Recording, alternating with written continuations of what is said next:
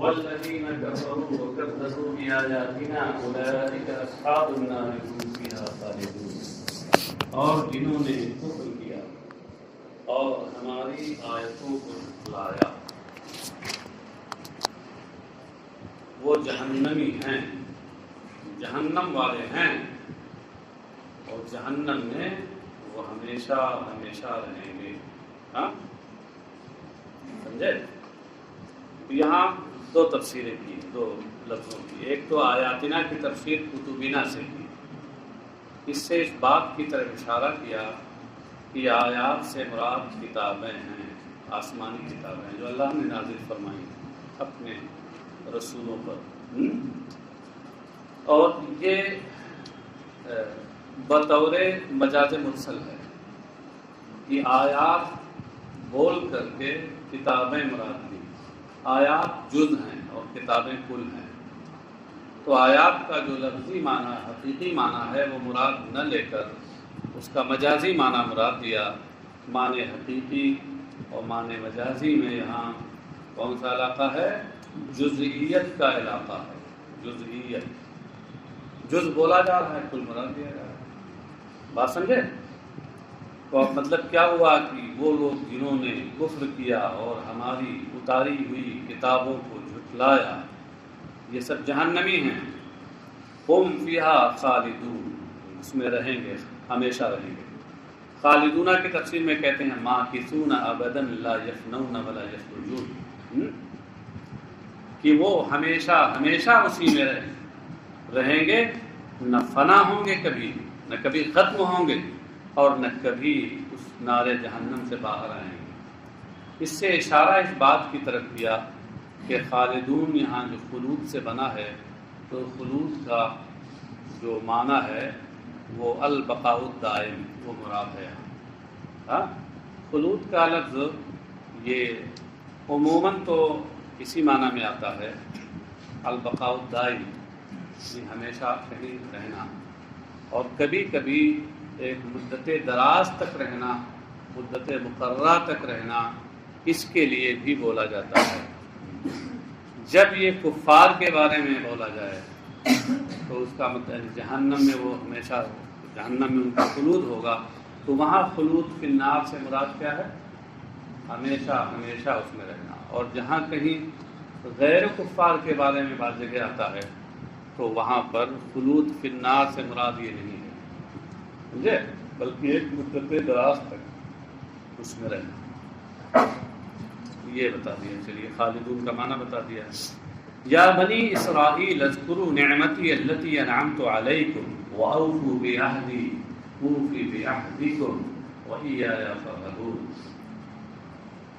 یا بنی اسرائیل، اے بنو اسرائیل، کہنا ہے اولاد یعقوب، یہ بالکل ترجمہ ہے۔ بنی یہ ابن کی جمع ہے، تو اضافت کی وجہ سے، اسرائیل کی طرف اضافت کی وجہ سے نون گر گیا، اس کا ورنہ تھا بنی نا۔ تو بنی کا معنی ہوا اولاد، اور اسرائیل یہ حضرت یعقوب کا نام ہے۔ اسرائیل جو ان کی زبان میں اس کا معنی ہے عبداللہ۔ ہاں تو یہ حضرت یعقوب کا نام تھا، تو بنو اسرائیل کا معنی کیا ہوا؟ اولاد یعقوب۔ یہ یہود اپنے کو یہی کہتے ہیں نا کہ ہم حضرت یعقوب کی اولاد ہیں۔ اے اولاد یعقوب، میرے اس احسان کو یاد کرو، التی انعمت علیکم، جو احسان میں نے تمہارے اوپر کیا ہے۔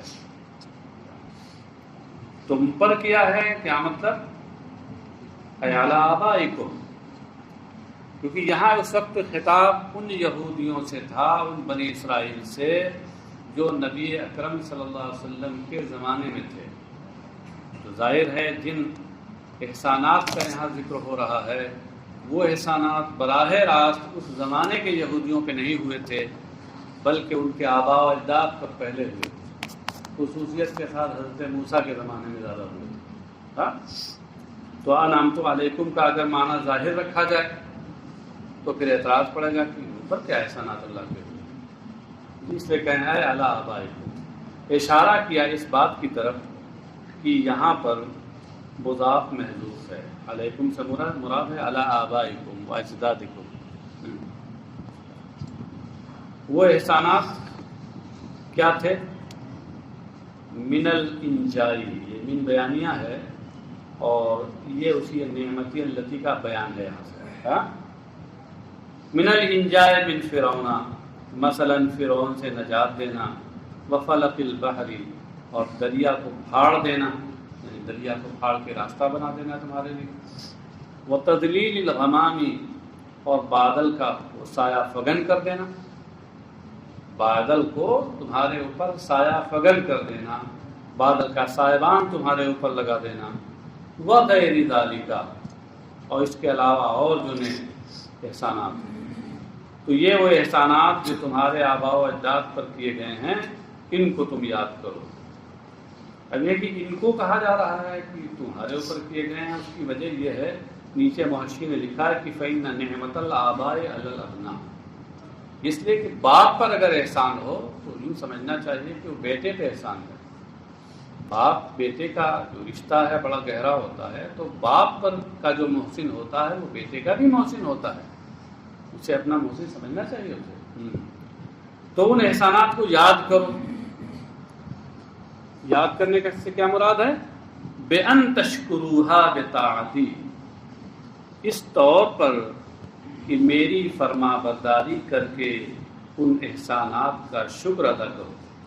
بِأَن تَشْكُرُوهَا بِطَاعَتِي میں بائے تصویر ہے، اور اذکروا نعمتی کی یہ تفسیر ہے، ذکر النعمہ کی۔ نعمت اور احسان کو یاد کرنے کا مطلب کیا ہے؟ ان احسانات کا شکریہ ادا کرنا، شکر ادا کرنا۔ وَأَوْفُوا بِعَهْدِي، اچھا یہ بطاعتی سے یہ بات سمجھ میں آئی کہ وہ شکر زبان سے نہیں ادا کرنا، عمل کے ذریعے ادا کرنا، طاعتی میری فرما برداری کرتے، کیونکہ شکر کبھی زبان سے ہوتا ہے شکر نعمت، اور کبھی اعضائے ظاہرہ سے ہوتا ہے، اور کبھی دل سے ہوتا ہے۔ تین صورتیں ہوتی ہیں اس کی شکر ادا کرنے کی۔ ہاں، جیسے آپ کے ساتھ کسی نے احسان کیا، آپ نے کہا شکریہ شکریہ، ہاں یہ زبان سے ہو گیا۔ اور اگر آپ کے ساتھ کسی نے احسان کیا، آپ نے بھی اس کے ساتھ احسان کر دیا، یہ عمل کے ذریعے ہوا۔ ہاں، یا اس کی ایک صورت اور ہوتی ہے، ارے آپ لوگوں نے مشاعرے میں سنا ہوگا، شاعر صاحب کو شعر سناتے ہیں تو لوگ اس پر واہ واہ کرتے ہیں، جی تو شاعر صاحب اس واہ واہ کا وہ شکریہ ادا کرتے ہیں۔ ہاں، اور اگر شاعر صاحب نے آگے بڑھ کر کہہ دیا آداب شکریہ، تو یہ دونوں جمع ہو گئے، زبان سے بھی شکریہ ہوا، اعضائے ظاہرہ سے بھی ہوا۔ ہاں، اور دل سے بھی شکر ادا ہوتا ہے، وہ یہ ہے کہ دل انعام کرنے والے اور احسان کرنے والے کے احسان کا معترف ہو، اعتراف کرے کہ ہاں اس نے میرے ساتھ احسان کیا، دل میں اس کی ایک گناہ محبت پیدا ہو۔ چلیے صاحب، وَأَوْفُوا بِعَهْدِي أُوفِ بِعَهْدِكُمْ وَإِيَّايَ فَارْهَبُونِ، اور تم میرے عہد و پیمان کو پورا کرو۔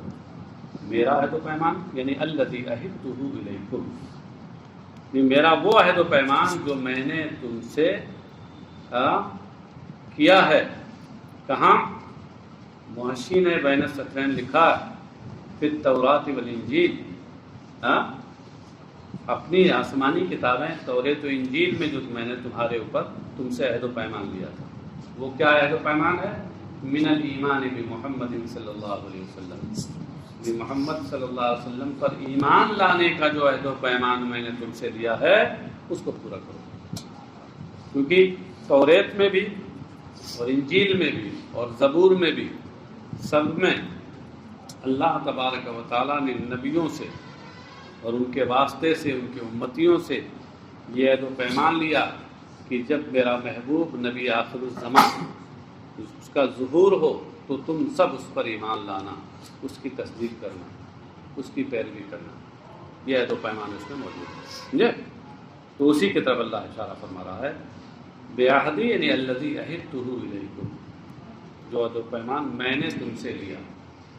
یہاں عہدی کی تفسیر الذی عہدتہ الیکم سے کر کے ایک لطیف اشارہ یہ کیا انہوں نے کہ عہد مصدر ہے، عہد مصدر ہے جو اپنے فاعل یا ضمیر کی طرف مضاف ہے، بات سمجھے؟ اس لیے ہوا عہدتہ الیکم، تو یہاں عہدتہ متکلم کا صیغہ لا کر اسی بات کی طرف اشارہ کیا کہ ضمیر متکلم جو عہدی میں ہے وہ فاعل ہے، بات سمجھے؟ اور من الایمان بمحمد یہ بیان ہے الذی عہدتہ الیکم، یا عہدی کا بیان ہے بھی کہہ سکتے ہیں۔ اوفی بعہدکم میں تمہارے عہد و پیمان کو پورا کروں گا، یعنی الذی عہدتہ الیکم من الثواب علیہ بدخول الجنہ، اس عہد و پیمان کو پورا کروں گا جو عہد و پیمان تم سے میں نے کیا ہے جنت میں داخلے کے ذریعے، اس پر ثواب دے کر، ثواب کے ذریعے۔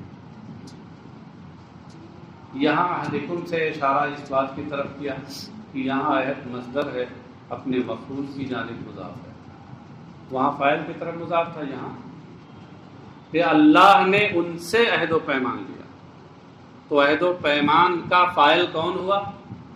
اللہ، اور جن سے لیا وہ مفعول ہوئے نا، ہاں، تو پہلی جگہ بعہدی میں مصدر کی اضافت ہو گئی فاعل کی طرف، اور عہدکم میں مفعول کی طرف۔ وَإِيَّايَ فَارْهَبُونِ اور مجھی سے ڈرو، خافون یہ بالکل ارہبون کا ترجمہ کر دیا ہے، رہبہ یرہبو کا معنی ہوتا ہے خاف یخاف، تو ارہب کا معنی کیا ہوگا؟ خف، ارہبو کا معنی کیا ہوگا؟ خافو، بالکل لفظی ترجمہ ہے جی، بلا وجہ آپ لوگ اتنا خوف زدہ تھے اس سے۔ اور مجھی سے ڈرو فی ترک الوفاء بہ دون غیری، مجھی سے ڈرو یعنی اس عہد و پیمان کو چھوڑنے میں، وفا کا معنی ہوتا ہے پورا کرنا، اس عہد و پیمان کی تکمیل چھوڑنے میں، یعنی عہد و پیمان چھوڑنے میں کر دو تبھی ترجمہ ہو جائے گا، اس عہد و پیمان کے چھوڑنے میں تم مجھ سے ڈرو میرے علاوہ سے نہیں۔ یہ دون غیری نکال کر اس بات کی جانب اشارہ کیا کہ وَإِيَّايَ فَارْهَبُونَ میں حصر ہے، کہ تقدیم و ما حقہ تاخیر یفید الحصر والتخصیص، جب کسی چیز کو اس کے مقام سے پہلے لے آیا جائے، مقدم کر دیا جائے، تو علماء معانی باب القصر میں یہ بیان کرتے ہیں کہ اس سے قصر پیدا ہوتا ہے، حصر پیدا ہوتا ہے، قصر ایک ہی چیز ہے، تخصیص و شیء بشیء، یہی نا قصر و حصر۔ علم المعانی تو پڑھتے ہوں گے نا آپ لوگ؟ ارے مختصر المعانی نہیں پڑھ رہے ہو؟ ارے ابھی نہیں پڑھ رہے ہو؟ اب مقدمہ پڑھ رہے ہو، اس میں آگے آئے گا، دیکھ لینا جا کے، اب تو اتنا پڑھ چکے ہو کہ آگے دیکھ سکتے ہو، اور دروس البلاغہ میں پڑھ چکے ہو گے۔ چلیے صاحب، قصر کی بہت سی صورتیں ہوتی ہیں، ان میں سے ایک تقدیم ما حقہ التاخیر، یہ بھی ہے کہ جس کا مقام بعد میں ہو اس کو پہلے لے آیا جائے۔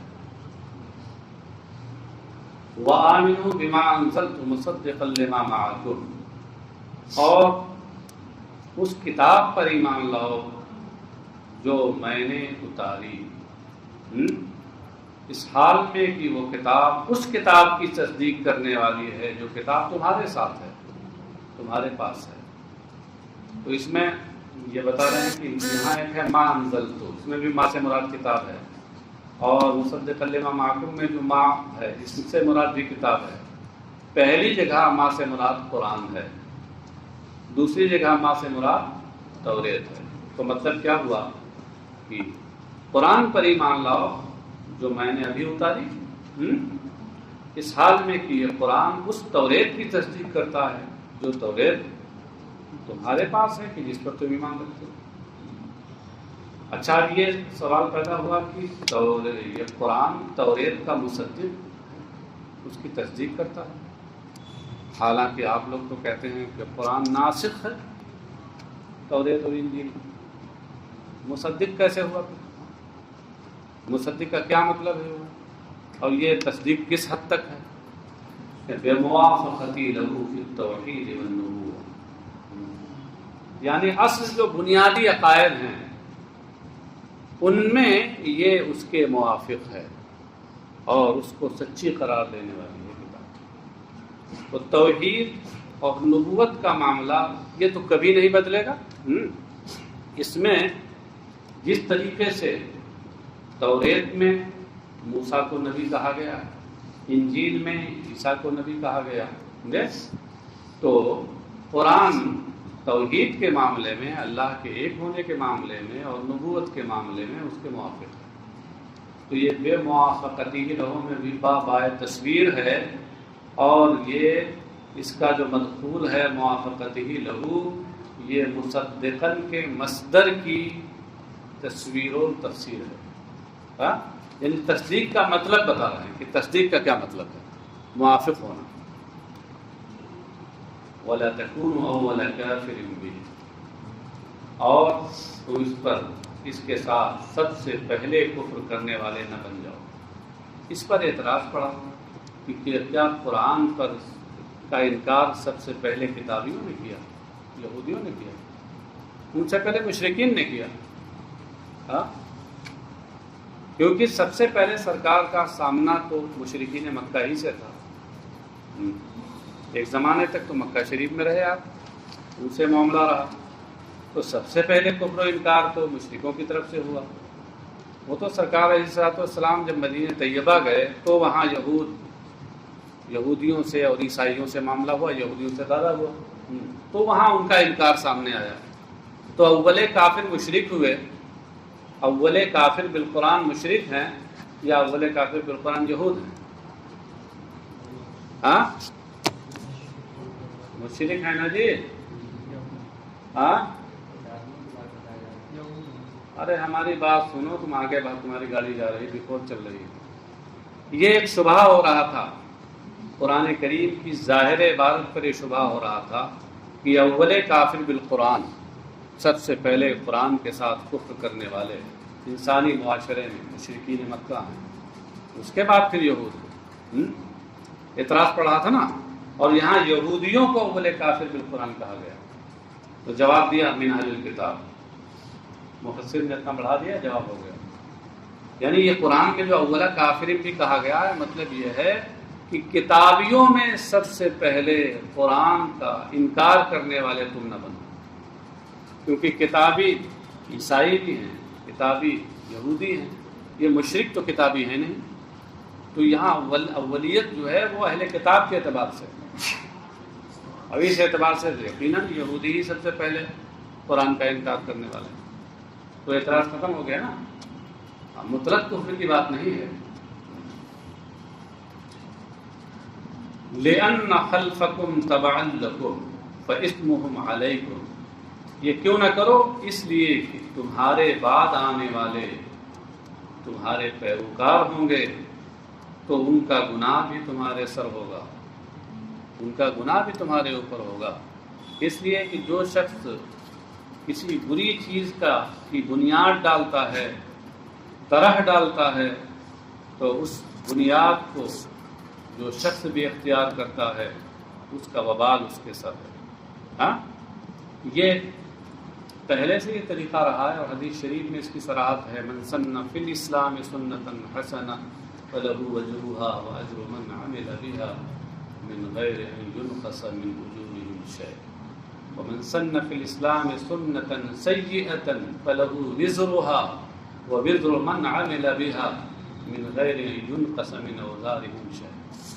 کیوں؟ اسلام میں جو نیا طریقہ ایجاد کرتا ہے، اچھا طریقہ ایجاد کرتا ہے، تو اس کے لیے اس کا ثواب ہے، اور اس کے بعد جو لوگ آئیں گے اس پر عمل کریں گے ان کا بھی ثواب ہوگا، بغیر اس کے اس کے عمل میں کچھ کمی ہو۔ اور جو برا طریقہ ایجاد کرے گا تو اس کا وبال تو اسے ملے گا ہی، اس کے بعد جو لوگ اس پر چلیں گے بعد میں ان کا کے برابر بھی وبال اسی کو ملے گا، ان لوگوں کے وبال اور گناہ میں کمی کیے بغیر۔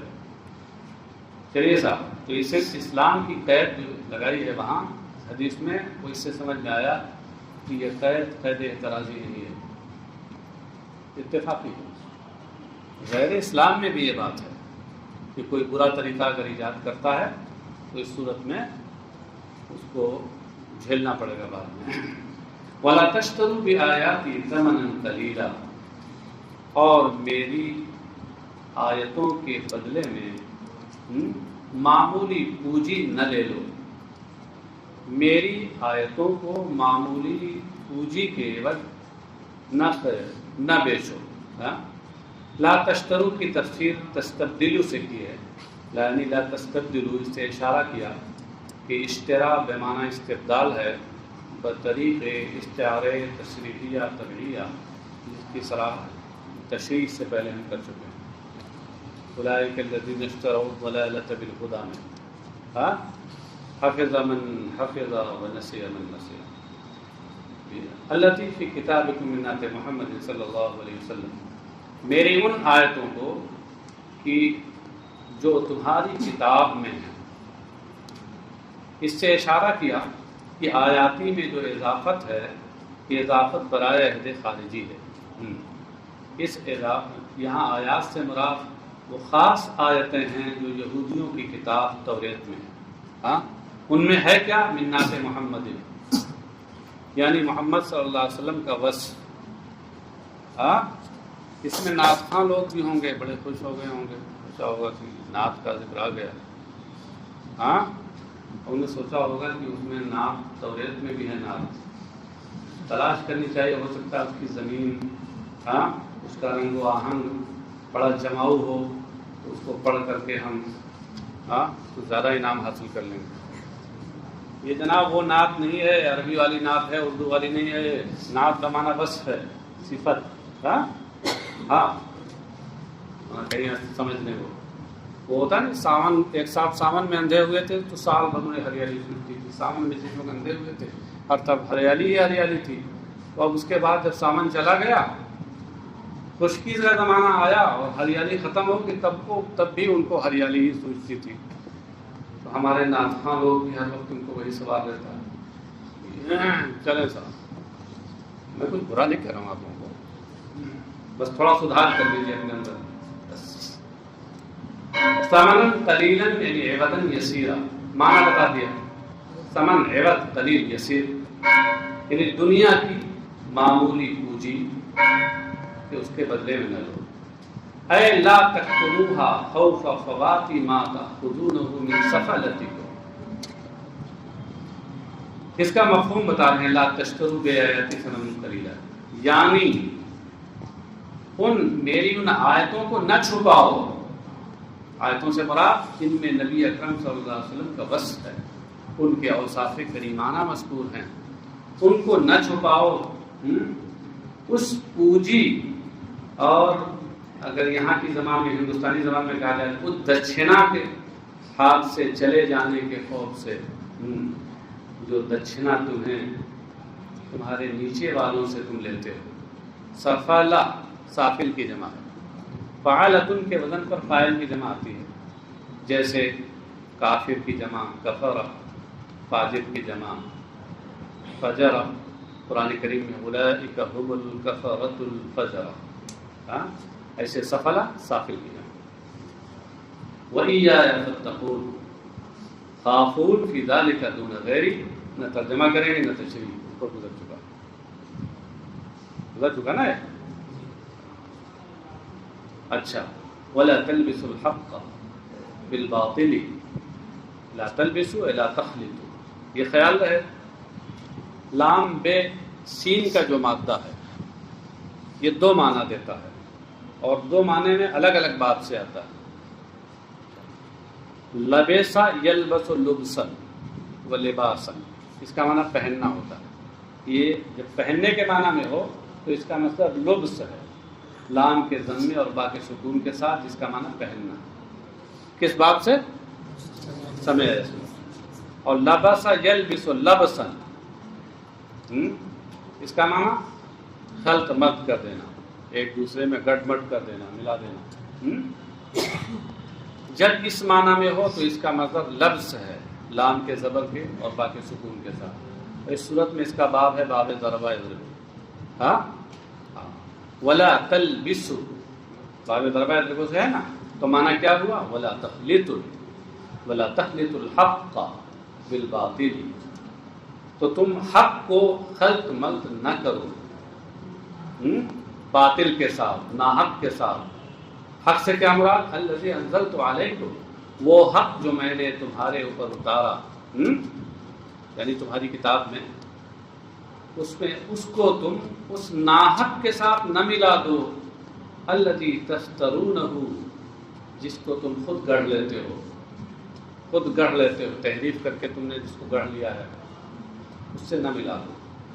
ولا تکتموا الحق، یہ تکتموا سے پہلے لا نکال کر اشارہ کیا کہ یہ محذوف ہے، تکتموا الحق کا کاف ہے، تلبسوا الحق ہے، اور حق کو نہ چھپاؤ، نعت محمد صلی اللہ علیہ وسلم وانتم تعلمون، اور جانتے ہوئے جان بوجھ کر تم محمد صلی اللہ علیہ وسلم کا وصف جو حق ہے اسے نہ چھپاؤ۔ ہاں یہ بتا دیا کہ الحق میں الف لام خارجی کا اس سے مراد ہیں نبی اکرم صلی اللہ علیہ وسلم کے اوصاف۔ وانتم تعلمون یہ جملہ حالیہ ہے، اور تعلمون کے بعد انہو حق نکال کر یہ بتایا کہ تعلمون یہ فعل متعدی ہے جس کا مفعول بھی یہاں محذوف ہے۔ تو ترجمہ یہ ہوا کہ اور تم حق کو نہ چھپاؤ جب کہ تم یہ جانتے ہو کہ وہ حق ہے، حق کو حق جانتے ہوئے اس کو نہ چھپاؤ۔ واقم الصلاۃ وآتوا الزکاۃ وارکعوا مع الراکعین، نماز قائم کرو، زکوٰۃ ادا کرو، زکوٰۃ دو، اور رکوع کرنے والوں کے ساتھ رکوع کرو۔ اس کی تفسیر میں کہتے ہیں صلوا مع المصلین، اشارہ یہ کیا کہ عبادت کے اندر مجاز مرسل ہے، اس لیے کہ رکوع جو ہے یہ جز ہے صلاۃ کا، تو جز بولا گیا، کل مراد لیا گیا، معنی حقیقی، لفظ کے معنی حقیقی اور معنی مجازی کے درمیان علاقہ جزیت ہے، رکوع میں بھی اور راکعین میں بھی۔ تو اب معنی کیا ہو گیا؟ صلوا مع المصلین، نماز پڑھنے والوں کے ساتھ نماز پڑھو۔ بات سمجھے؟ اب یہاں یہ کہ الراکعین میں سے مراد کون ہے؟ محمد و اصحابہ۔